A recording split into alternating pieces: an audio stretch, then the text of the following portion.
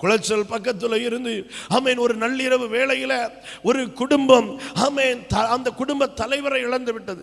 பிள்ளைகள் எவ்வளவோ பிரயாசப்பட்டு முடியல. ஆமென் கடல் தொழில் செய்றாங்க, அவங்களால நிக்க முடியல.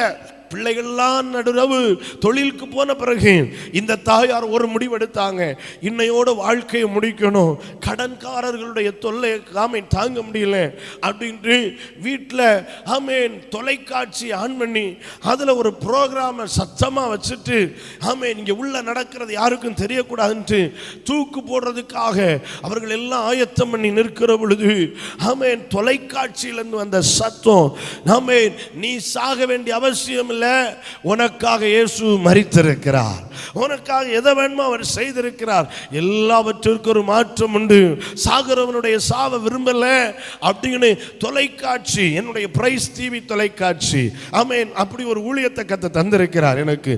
அந்த தொலைக்காட்சியை தான் அவங்க ஆமென் யதார்த்தமா போட்ட ஆமென் சேனல். அதுல நள்ளிரவு 12 மணிக்கு மேல என்னுடைய பிரசங்கங்கள் வரிசையா ஓடும்போது அந்த பிரசங்கத்தை சத்தமா எதுக்கு போட்டாங்க, பக்கத்துல யாருக்கும்னா இங்க செய்யறது கேட்க கூடாது என்பதற்காக அவர்கள் ஆயத்தம் பண்ணுகிற பொழுது இந்த சத்தம் அவர்கள் காதுல பட்டு அவர்கள் உடனே முடிவெடுத்தாங்க, நான் இனி சாக போகிறதில்ல, கர்த்தர் எனக்காக வாசல்களை திறப்பார் என்று. ஹல்லேலூயா. உடனே அந்த நம்பரை தொடர்பு கொண்டு சொன்னாங்க, இப்படி கர்த்தர் என்னோடு கூட பேசினா எப்படிங்க இது, ஆவியானவர் நம்முடைய நாவை ஆயுதமாக்குகிறார்.